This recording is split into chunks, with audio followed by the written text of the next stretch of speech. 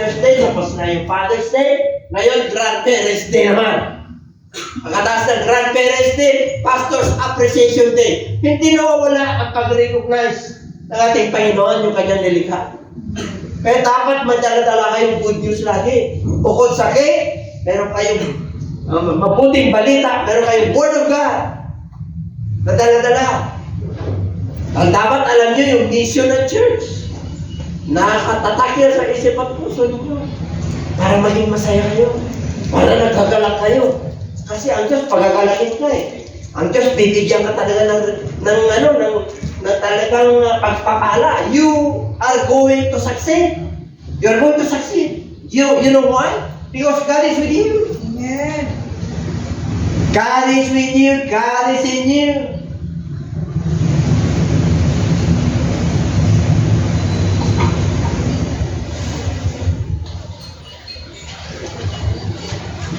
Then I will harden Pharaoh's heart, so that he will pursue them. I will gain honor over Pharaoh and over all his army, that the Egyptians may know that I am the Lord. Alam niyo, pag ikaw ay sa lahat ng tao nilalang ng Diyos, hindi lang sa mananampalataya, pag pinatikas ng Diyos yung puso mo, ang ibig sabihin, hindi ka sumusunod sa Diyos. Kaya yung iba nakakaroon ng rebellious spirit sa katikasan ng puso. Ang matigas ng kalooban is as a witchcraft. Yan, tulad po yan sa mangkukulam. Ano ang mangkukulam? Rebellious spirit.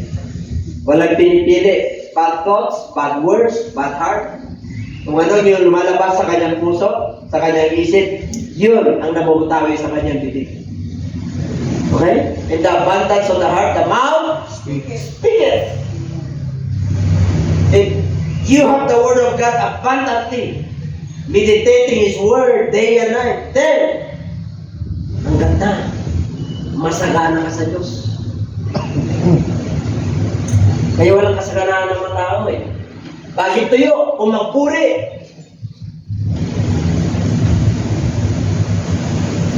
Yes, may talent ka. Yes, magaling ka sa instrument.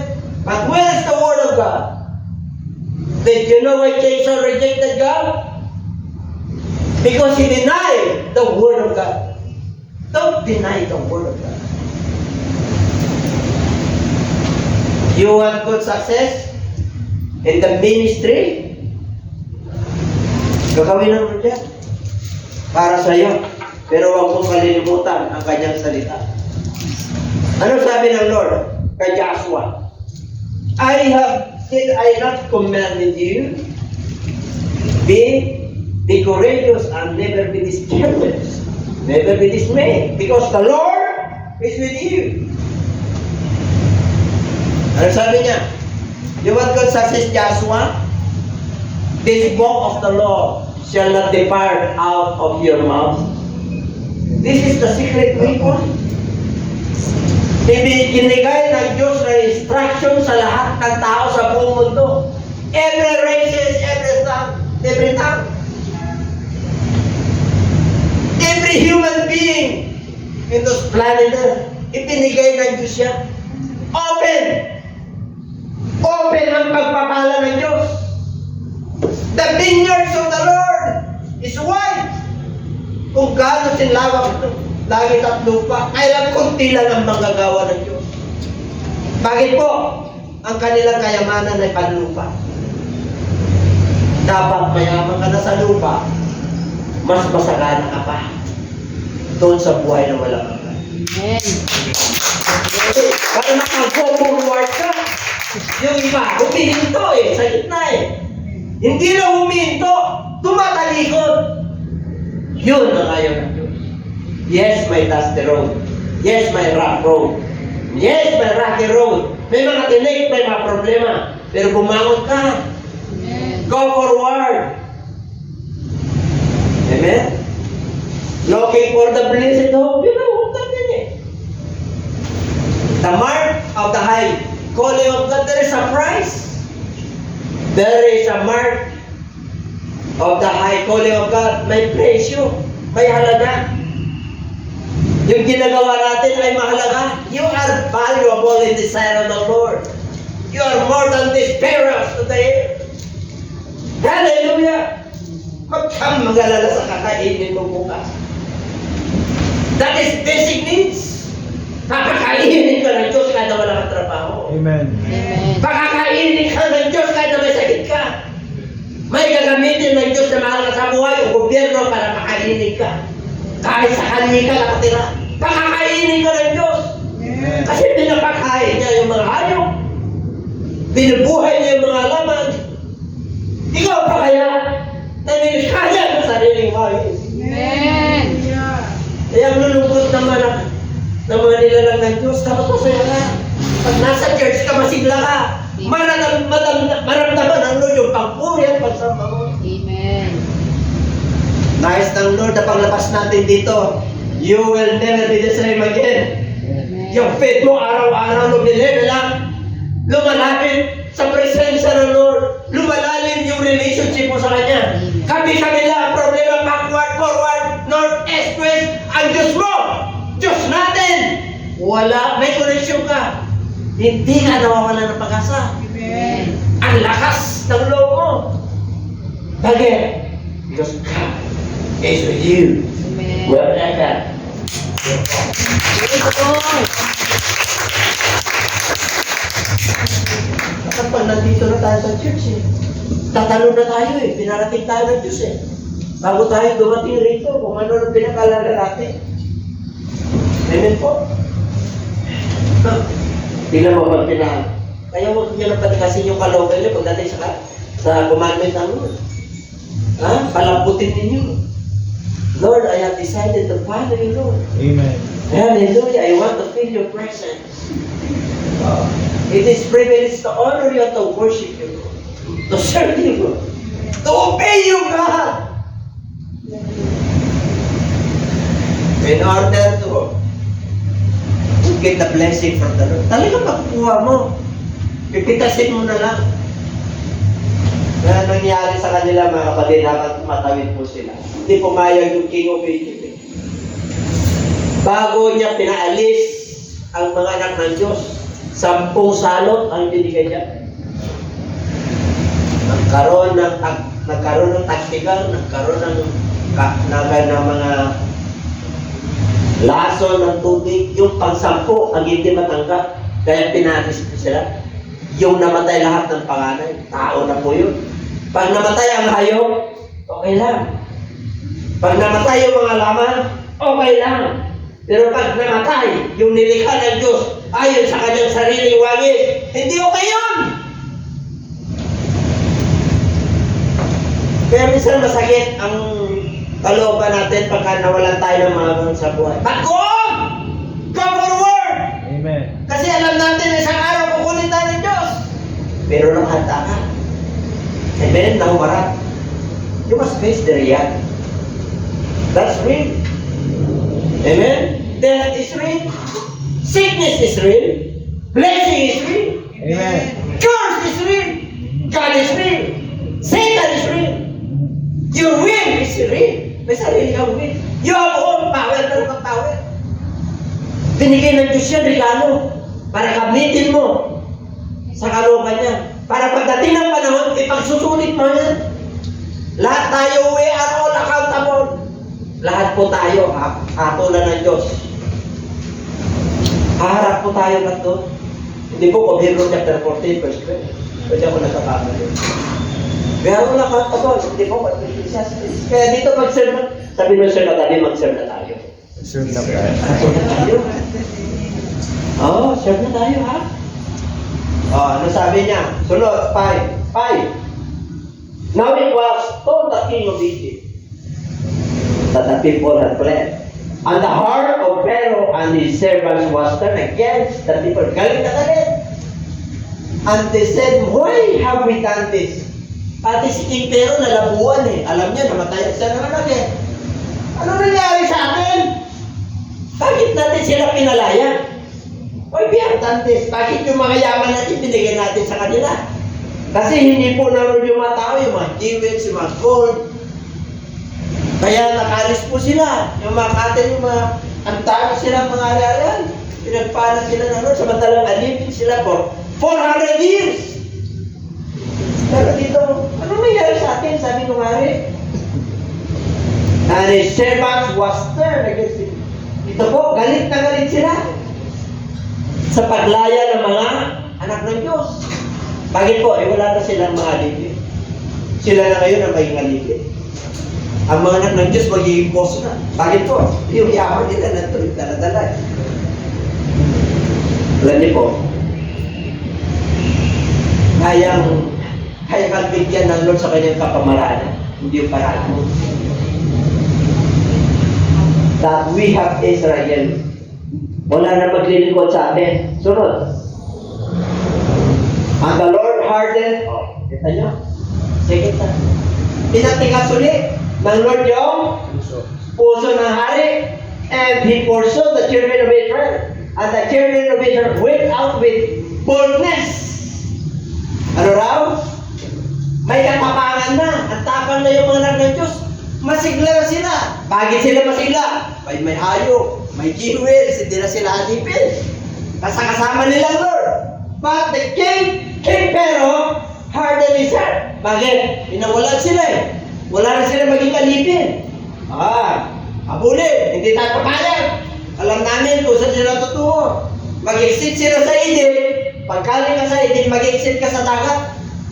Ang boundaries lahat ng countries, dagat. Amen? May boundary yan. Bawat bansa. Kadalasan ng boundary dagat. Bukod sa land, for 600 kilometers. Ilang miles ang boundary ng land.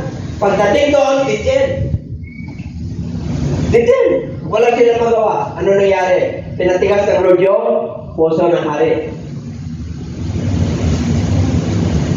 Is this not the word that we told you in Egypt?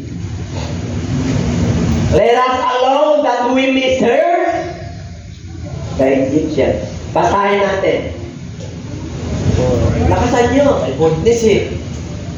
For it would have been better for us to serve the Egyptians than to die in the wilderness. Ang ibig sabihin, mas maganda maglingkod kami sa mga Egyptian kaysa sa Diyos.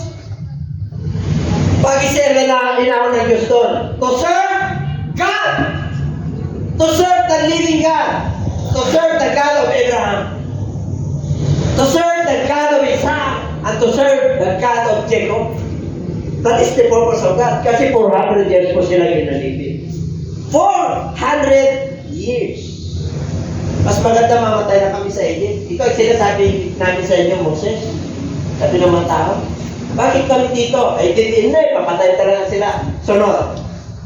Ayaw mo pa kami mamatay sa wilderness. And Moses said to the people, huwag kayong matakot. Magpatatag. At makikita nyo ang kaligtasan ng Diyos na gagawin sa inyo, which He will accomplish for you today. Amen. For you today. Amen. Faith is now, not tomorrow, not yesterday. Ang pagpapala ng Diyos pag kumilos ay ngayon. Itatak mo yan sa puso at isip mo.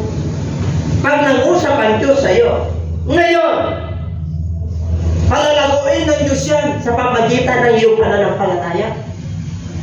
Kaya lahat kayo na nandito na nakikinig ng salita ng Diyos, kailangan po ng lamig. Kasi pag kinausap kayo ng Diyos, yan yung hinahanap mong solusyon sa problema mo ng nagpakatagal. Today! Ano today? You shall say again, no more forever. Yung problema mo na matagal, bibigyan ng solusyon. Forever na mawawala na yun dapat. Huwag mong alagaan yan, mag-uugat yan. Dapat isurrender mo yan. The Lord will fight for you. Who will fight for the Israelites? The Lord. Believers, the Lord will fight for you. Amen. Not yourselves. Not your will, but His will. Pag sumusunod ka, God will fight for you. Pero pag hindi ka sumusunod, He will not fight for you. You know why? Because God is Spirit. Hindi siya nakahagilot sa'yo. But if you obey, nakakakilos, nalulugod, napapangiti mo ang Diyos. You can make God smile. If you can make God smile, then God please. What you do? Nagkagalak siya, nalulugod siya sa ginagawa mo. Kaya napapangiti mo ang Diyos. Pero pag malungkot ang Diyos, ibig sabihin you disobey. Hindi nakakakilos. Kaya hindi mo maramdaman yung sigla at init ng pagdito. He will fight for you and you shall hold your peace. Kaya pangala, kapatid, huwag kang mag-alala bukas, atin ang bukas. Huwag kang mag-alala sa buhay ng bago sa buhay. Akin yan, hindi sa'yo. Ipag-pray mo yan, kung kukunin ko yan, wala kang magawa. Kasi akong lumikha sa Kanya. Pag binayayaan ka ng anak, regalo ng Diyos yan sa'yo. Pero you mold the children according to God's will. Sanayin mo sila ayon sa panuntunan ng Diyos, hindi yung sa sarili mo. Ito ang maging gusto ko, ito ang maging gusto. Individual is every one of you, of us, in this planet Earth. God has molded us according sa Kanya. Meron tayong legal age kung tawagin. What is the legal age? 18. Kaya pag may legal age na yung aalalay ka na lang, susuportahan mo na lang. Ito ang dapat, ito ano. Okay, kaya yung mga iba, umabuso pag legal age na, yan ang hinintay nila. Kaya mag-18 ako. Kaya mag-18 chapters ako. 18 roses na ako. 18, so much celebration. And then after the celebration, nga. Kasi malaya na. Hindi naman lahat. Pero naman tinagpada. Hindi pa malayan? Amen. Sunod lang. Sabi mo siya natali, sunod lang. Go forward. Not backward.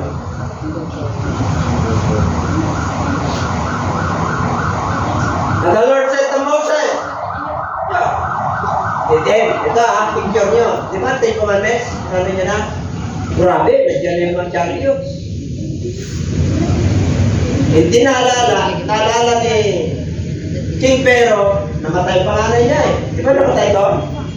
Galit na galit yung mga tao. Grabe, galit na galit. Bakit ito ba natin ito? Nagbulag tayo nun ah.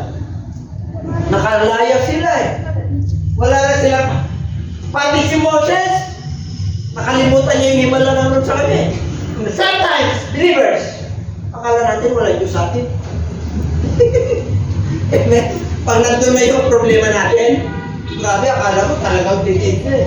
Ano sabi ng Lord kay Moses? Oh, Moses! Ano pa ginagawa mo? Nandiyan yung mga chariots, nandiyan yung mga sundalo. Papatayin kayo lahat. Titit na eh. Ano ginagawa? Bakit ka umiiyak? Ay, bigla sabi ng Lord, kilala mo na ako. 10 salot, pinakita ko sa iyo lahat. Yung dagat, diyan kayo. Ikaw ba natalong sa dagat? Di ba hindi? Ikaw ba lalakaran mo tayo? Sino na ang naglakad sa tubig na nilalaki? Sino pa? Bukod doon, meron pa ba? Bukod doon, meron pa? Sa Old Testament, the 600,000 Israelites cross the sea. See you in the river. Dinadaanan ng barko yun. Imagine you, even the most prestigious scientists and engineers in the world. My wall, magdamag. Dumating ang hagidis, yung hangin, habagat. Karoon ng wall eh. Tumawid po sila. Hindi ko alam kung ilang kilometro yun. Pero magtabang nilang tinawid. Magtabang! Hindi sila na. Ang sabi ng mga chariots, tawid din tayo! Tawid din tayo! Tumawid ba? Yes. Nahirapan silang tumawid. Bakit po? Eh, siyempre, yung gulong nila may bato, may mga ano. Yung mga chariots nila. O, pumigil po sila sa gitna. Nagtigil. Nakatawid na yung manak ng Diyos kung mukhang di wayway. Anong ginawa ng Diyos? Tinalumbalik niya yung saga. Namatay lahat ng mga chariot, yung mga kabayo. Namatay lahat ng mga sundalo. Kaya sabi niya, you shall not see them evermore. Wala na ang mga Egyptians na sundalo na umabot sa inyo. You shall not see them anymore. Listen, alam naman po ng mga Egyptians na makapangyarihan ng Diyos. Bakit pa sila pinilit? Bakit pa nila pinilit? At alam din ng mga anak ng Diyos na yung Diyos makapangyarihan, magawa niyang lahat. Bakit pa sila nagre-reklamo? Di ba gano'n tayo? Bakit tayo reklamo ng reklamo? Kilala naman natin yung Diyos natin na pagagalingan ka, na makakaraos ka, na makakabayad ka ng tuition pinangarap mo, na makakapangaral niya. Ginagawa mo naman yung dapat mong gawin. Bakit ka nag-alala? Eh, nakaraos ka naman for how many years? Sabi mo, kulang ng budget. Kulang ka ng kulang, bakit suficiente? Hindi ka naman napuputulan. Kulang ka ng kulang, bakit nakapag-graduate yung anak mo? Sino ang kulang-kulang ngayon? Di ba ikaw? Pag sinabi kulang-kulang, di ba meron ka na? Nagdududa ka kasi. Pagtagal mo ng pananampalataya mo. Kasi kinakapos ka sa pananampalataya. Kaya kapos rin yung blessing mo. You want to be blessed by God? Serve Him. With all your heart. Love Him. Follow Him. Don't doubt. Huwag kang mag-alala bukas. Oh, ano pa nangyari? Ano to dito eh? Ito na. And the Lord said to Moses, why do you cry to me? Tell the children of Israel to go Forward. To go forward. Ganun din po tayo. Yung pananampalataya natin, may testing of faith. Go forward. Wala kang trabaho. Go forward. Habang wala kang trabaho, mag-ministry ka. Mag-asirin ka. Humayo ka. Gumawa ka sa basa ng Diyos. Titignan mo isang araw. Ipopromote ka agad ng Lord eh. Walang iniiwan yan sa military. Amen po? Pagka sa military ka, anong unang ranggo? Private. Corporal. Sergeant. Di ba? Master Sergeant. Second Lieutenant. First Lieutenant. Pag pinagpala ka ng Diyos, Second Lieutenant ka agad eh. Bakit po? Pinag-aral ka ng Diyos eh. Pag professional ka, Second Lieutenant ka agad. And everybody say amen. Ganun na Diyos pag nagpala. Hindi lang yan. Kaya kabigyan ng Diyos. Wala kang trabaho ngayon. Marami kang maumusan. Kasi pa pagpalaya ka ng Diyos eh. Ulitin ko ulit. Sinabi ko kahapon sa aming encounter sa mga tanong kahapon. Ano sinabi ko ron? Kaya kang bigyan ng Diyos eh. Kaya kang i-promote ang Diyos. Amen po? Kaya huwag kang mag-alala. Trumabaho ka lang. Sabi mo siya matabi, trumabaho ka lang. Wala kang trabaho, huwag kang mag-alala na wala kang trabaho. Nag-aanap ka naman eh. Yung mahirap yung hindi ka nag-aanap. Talaga wala kang trabaho. Pero pag nag-aanap ka naman, nag-pray ka naman, ginawa mo naman yung dapat mong gawin. Ibig sabihin na dapat ka ng Lord na magtrabaho sa kanya. Habang nagtatrabaho ka, ministry yun. Amen? Kung mawalan ng trabaho, go. Ano sabi niya? Moses, itaas mo ang iyong ano to? Baston, and stretch out your hand over the sea, and divide it, and the children of Israel shall go on forward. Ano raw? Dry ground siya, dry ground through the midst of the sea. Gitna. Malalim po yan. Kaya huwag kayong matakot. Dahil ang Diyos ang gagawa ng himala. Go forward lang. Hindi nyo na makikita yung mga Egyptian. Tuloy. And I indeed will harden the hearts of the Egyptians. Kita mo? Kanina, si Quintero lang tinatigas na naman yung poso niya. Ngayon, the hearts of the Egyptians. Bakit? That they shall follow them, so I will gain honor over the Pharaoh and over all his army, his chariots and his horsemen.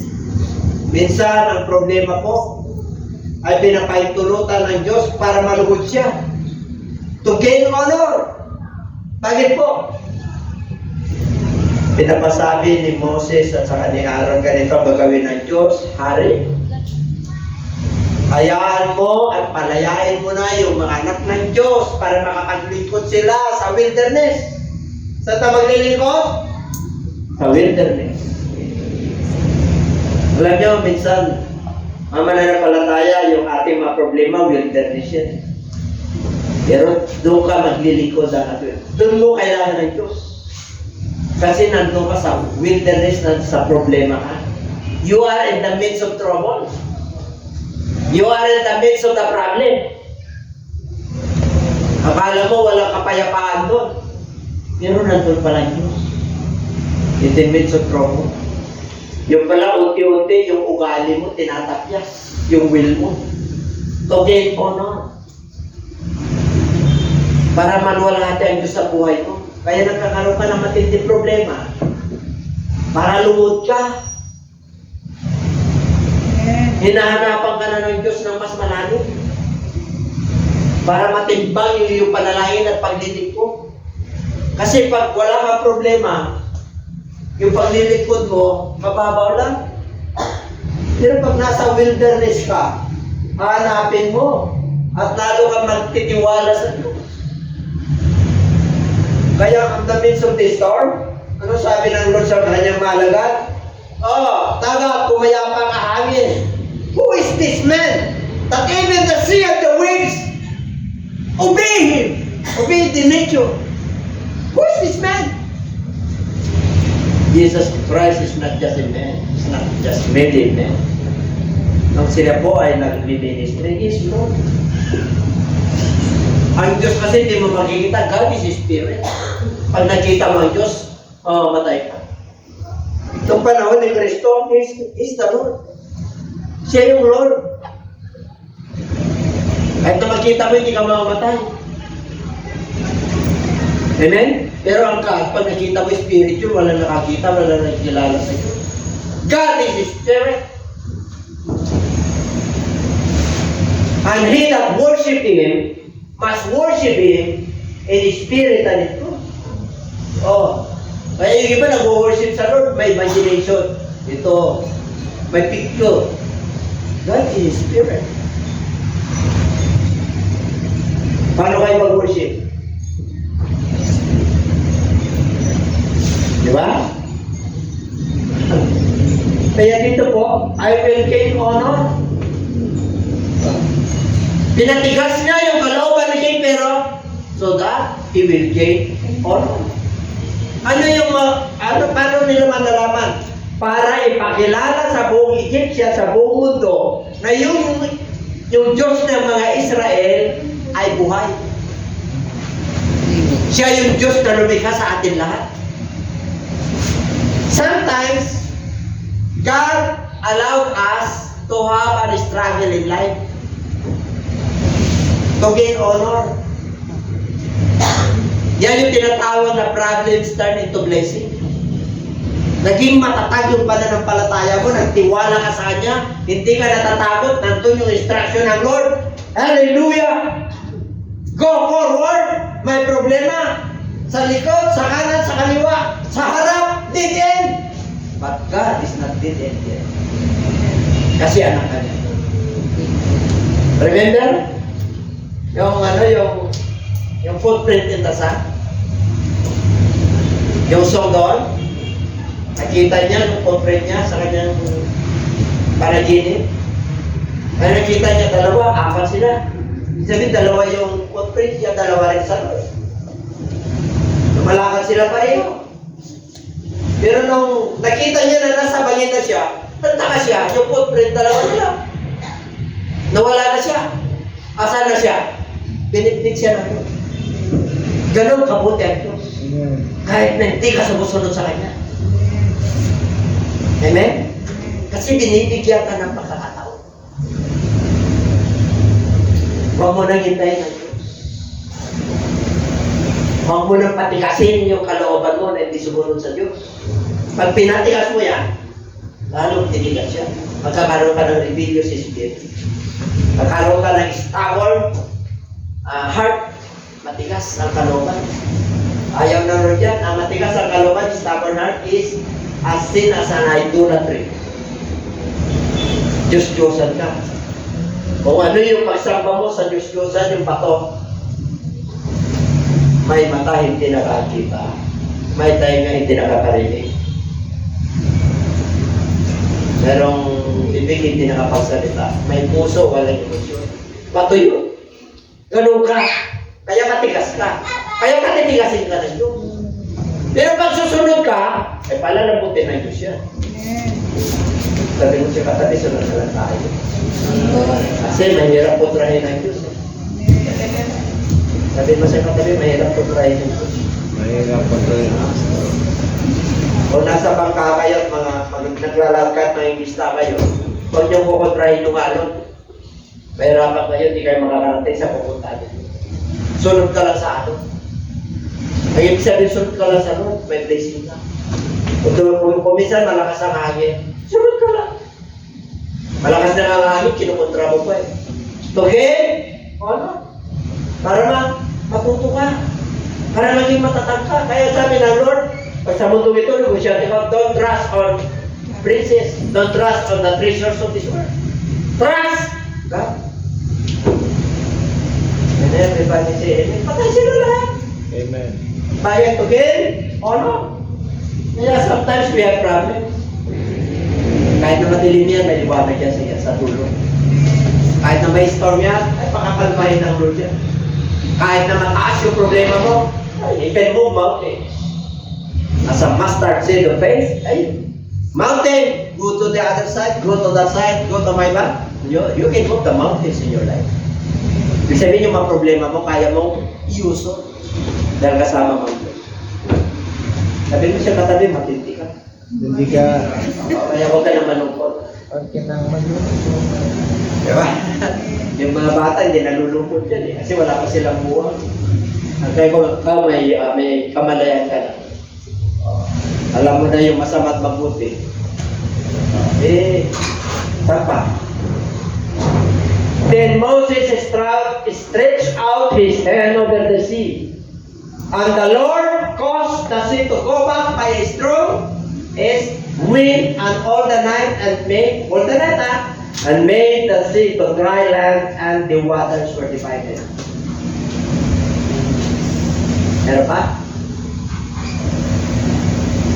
Titin na ba yan? Wala na? Tapos na? Tapos na pala eh. Tapos na pala eh. Parang titin kayo. Meron pa pa? Pag sinabing stretch out your hand, you have the instruction of God. Believers, the light of the Lord is in you. Nasa atin ang liwanag. Stretch out your hand. Enlarge your territory. If you're a pastor, if you're a leader of the church, if you're a believer, Oh, you want the power of God? Ano sabi ng Acts chapter 1 verse 8? And I will give you power. God will give us power. You're powerless, God will give you power. How? And let the Holy Spirit be upon you. Pag ang banal na Espiritu pinupos ka, you have the boldness to face this world. Mayroon ka ng lakas ng loob para harapin kung anong ginagawa ng mundo ito. And you have the wisdom and knowledge before God. Mayroon ka ng wisdom and knowledge na bibigay sa iyo ng Diyos para kumarap ka. That's why you must stretch out your hand. Nandun, gagamitin ka ng Lord sa word mo, sa pamilya mo. Kaya sabi ng Lord ko, go ye into all the world. Sabihin mo, mahirap ako, hindi ako nag-aaral. You have your own word, brethren. May kanya-kanya tayong sariling mundo. Kahit na mahirap ka, may kamag-anak ka, may pinanggalingan ka, may batchmate ka, may classmates ka, may office mates ka, may soulmate ka. Lahat ng mate. Na-mate mo pa yan. Na-mate mo pa yan sa chess. Mate ka na, ha? Talo ka na. Nabali niyo po? Kaya huwag mo sabihin na mahirap ka. Stretch out your hand. Stretch out your territory. We must level up. Anak na tayo ng Diyos at dami na natin karanasan sa buhay.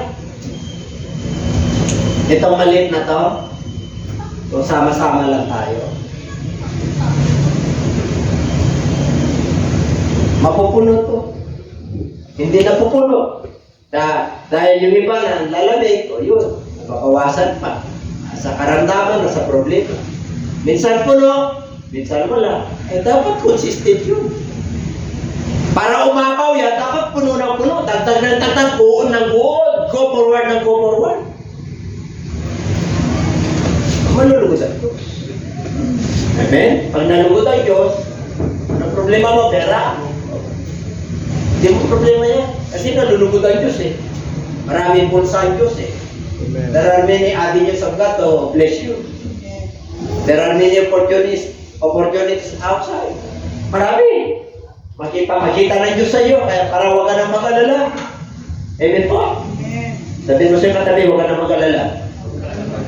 Kanyang bukas, hindi yun. Stand still. Go forward. Gain honor. The work of the Lord. Asan na tayo? 27, 30, 31. Stretch out. Stretch. So the Lord say, Israel that day out of the hand of the Egyptians, and Israel saw the Egyptians dead on the seashore. Thus, Israel saw the great. Ano raw nakita nila? Great word. Nakita niyo na ba great word sa buhay niyo? Did you feel? Did you experience the great work of God into your life? Hindi pa tutunyo rito. Amen. Minsan, pagka-physical gathering natin, once a month na lang, sino magpatuto? Ha? May ginawa pala ng Lord sa buhay mo eh. Ilang panahon na yun, napanis na eh. Don't make rotten your testimonies. It will not glorify God. You want to glorify God? Lagi kayo magpatotoo para lagi may fresh na patotoo. Ibig sabihin, kumikilos ang Diyos sa buhay niyo. Amen. Kasi, nakikita mo, dami kang patotoo. O, pinagaling ako. Yung anak ko pinagaling. Yung wala akong pera, nagkaroon ako ng pera. Hindi ko alam kung paano. Yun! Ang mga fresh na patotoo. Because, nakita mo yung mga himala ng Diyos sa buhay mo. Itong Egyptian na ito, this is picture as a word. Nung wala pa tayo sa Lord, our mind focused on this word. Kaya nga ayaw ng Lord na yung mga bagay sa mundo ito. Amen po, the pleasures of this world. What are the pleasures of this world? The lust of the flesh, the lust of the eyes, and the pride of life. That is in the world. The love of the Father is not in them. Ay nandun yun. Pero nung ikaw ay may iwanag na, nanampalataya ka na, abay iiwanan mo, go forward. Go onward, yan ang daming mga problema. Because you saw the word, great word of the Lord. Yung word mo na Egypt, yung pangarap mo dati, nabawasan na. Di ba may ganyan? Hindi masama mangarap, hindi bawal mangarap. Pero kung may pangarap ang Diyos para sa iyo sa mas maganda, okay na, sa Diyos pa na. Amen? Kasi baka mamaya, kinakalabit ka na ng Lord, hindi mo kasi sinasama sa plano mo sa buhay. Isama mo ako kasi mananampalataya, pinagaling ka na, pinatawad na kita, nabaptize ka na sa pangalan ni Jesus, napuspos ka na ng Holy Spirit, kaya lang, nagdududa ka pa. Puspos ka na nga, nagdududa ka pa. Maglingkod ka na, kinakalampag ka na ng Lord. Eh, pag naglingkod ako dyan, para bang ang paglilingkod mo, para bang buong panahon mo nito. Hey! Christians, away! Gising! Ang paglilingkod po sa Lord, kahit na short, ay pagbukas sa iyong kalooban. Matulog tayo Diyos eh. Amen. Amen. Kaya maraming nauna na siyang nahuli. At maraming nahuli na siyang nahuli. Bakit po? Depende yan sa relasyon mo sa Lord. Depende yan sa koneksyon mo sa Lord. Depende yan sa panahon mo sa Lord. If you pray, amen, 2 minutes a day, tapos mag-speak ka ng kadami-dami pagpapala, kailangan tagdagan mo. 30 minutes, ayan, dumarating na yan. Bubukang na yung mga liwanag. Maliwanag ang pagpapala na Diyos, hindi ba tigil? Kitang-kita mo ang mga pagpapala na Diyos. Na nakapag-pray ka na 45 minutes. Nakapag-pray ka na 1 hour na, nakapasa ka na. Kasi yun ang requirement ka naman. Hindi ba kayo makapadalangin na isang oras? Nakapag-pray ba kayo na isang oras? Magsasama kayo, bakit? Magsasama ka talaga kasi kakausapin mo. Maubusan ka talaga. Pag nagpuri ka, praising na yun. Pag umawi ka, kasama na yun. Pag lumuhod ka, kasama na yun. Pag umupo ka at nakapokus yung mano sa Lord, kasama na yun sa panalangin mo. Kasi siya yung pinupuri mo at siya yung pinapasalamatan mo at doon ka humingi. Yun yung pattern ng Lord's Prayer. Kaya nagsasama kasi kayo kasi hindi nyo alam yung pattern. Pag nag-pray ka kay Lord, magpuri ka, umawit ka, magpasalamat ka, maglakad-lakad ka, pupunta ka sa terrace, tingnan mo yung mga bituin kung may terrace ka. Kung wala kang terrace, buksan mo yung bitana, nandun yung kapre. Hindi mo kasi mabuksan-buksan kasi kapre ang nasa isip mo, ghost ang nasa isip mo. Kagaya ng mga alaga, nung lumalakad ang Lord sa dagat, uy, multo. Mananampalataya ka na. Ang multo matatakot sa'yo. Ang witchcraft matatakot sa'yo. Ang bad spirit matatakot sa'yo. Ang kahirapan nyo matatakot sa'yo. Amen. Aakakan mo nga yan eh. Ang gawa ng demonyo matatakot sa'yo. Bakit po? Eh nakatungtong ka sa mga problema mo. Nakatungtong ka sa bato eh. Kasama mo ba naman ang Diyos? Ang tindi mo. Sabi mo siya, tabi ang tindi mo. Dapat alam natin yung kalagayan natin sa harapan ng Lord, ano? Ha? Okay, ano sabi niya? So the people feared the Lord and believed the Lord and His servant Moses. Takot yung mga tao. Sino ang mananatakot? Wala na yung Egypt eh. Yung mga tumawid. Naglingkod, yung malingkod ng ating Panginoon. Meron pa ba? Oh! Nandito na tayo sa Mateo 28:19. Okay. Sama na natin. Kayo ba nakanda? Amen. Nung dumating ang ating Panginoon, tinura niya lahat ng kahirapan niya. Eh, may naniniwala ron? Kung ikaw yung naging mananampalataya ron, pati kasalanan mo, tinura.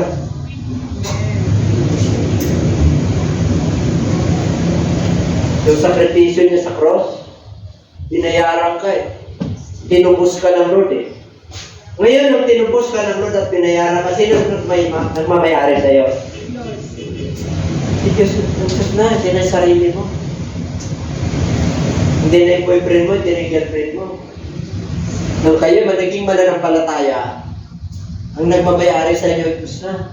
Kasi tinubos na kayo eh, na malaging alaga. Sabihin mo sa'yo katabi, tinubos ka na.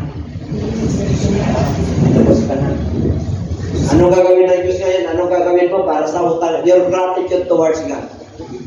Ano sa palagay nyo? Anong gagawin ninyo? Ha? Go ye into all the world. Testify. Oh, I am free! You have freedom!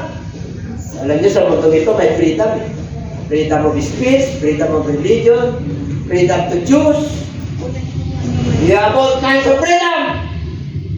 Pero ginawa ng Lord ng pagpapalaya sa atin, freedom from guilty of sin. Freedom, pinalaya tayo sa karamdaman, pinalaya tayo sa kasalanan. Gawa ng demonyo, pinalaya tayo. Tapos hindi ka makapagpuri. Tapos hindi ka makapaglingkod. Dumadami ng ministry ah. Salamat sa Diyos, nakakapasa na tayo. 9 o'clock, sumarating na tayo. O yung pala, malulunod tayo. Amen? May prayer na doon na tayo ng Monday, di ba? O yan. Amen? Tukurin natin ang Lord. May prayer na rin yung mga young people to Saturday. Nandiyan pa ba kayo, young people?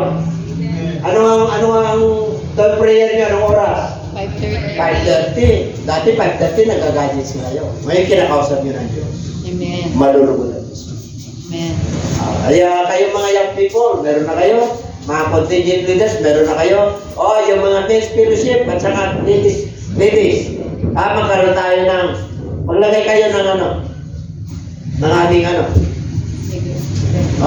pala kayo sa admin. Bigyan nyo kami.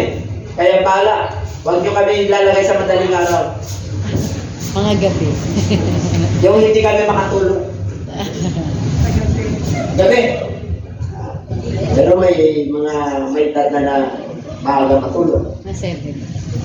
7 yan. Kasi pag kumain ng 5 o'clock yan, sabi ni Dr. Willie Kalat, 3 oras. Mababait. Ayan. Ayan. Mga men's, mga senior. Doon tayo. May platform na gagawin. Wala akong gadgets. Bishop eh. Wala akong, pag may kailangan, may cellphone. Nagtataka ako yung iba. Hindi ako makakontak, pastor. Pero pag may kailangan, nakakakontak. Pero pag prayer, wala eh. Ha? Sa Diyos yun, wala. Basta yung blessing, go forward. Tingnan nyo. Basahin natin. Tingnan nyo sa New Testament. Go, therefore, and make disciples of all the nations, baptizing them in the name of the Father and of the Son and of the Holy Spirit, teaching them to observe all things that I have commanded you, and lo, I am with you always, even to the end of this age. Gusto nyo sumakay ng Lord hanggang sa kunin tayo ng Lord? Naalala ko yung patuto ni Brother Isa, may cancer, nagipaglaban siya 10 years. Pero yung buhay niya na yun, binilaan niya sa Lord. May pamilya po yun. May anak po yun. Naglilingkod siya hanggang kunin siya ng Lord.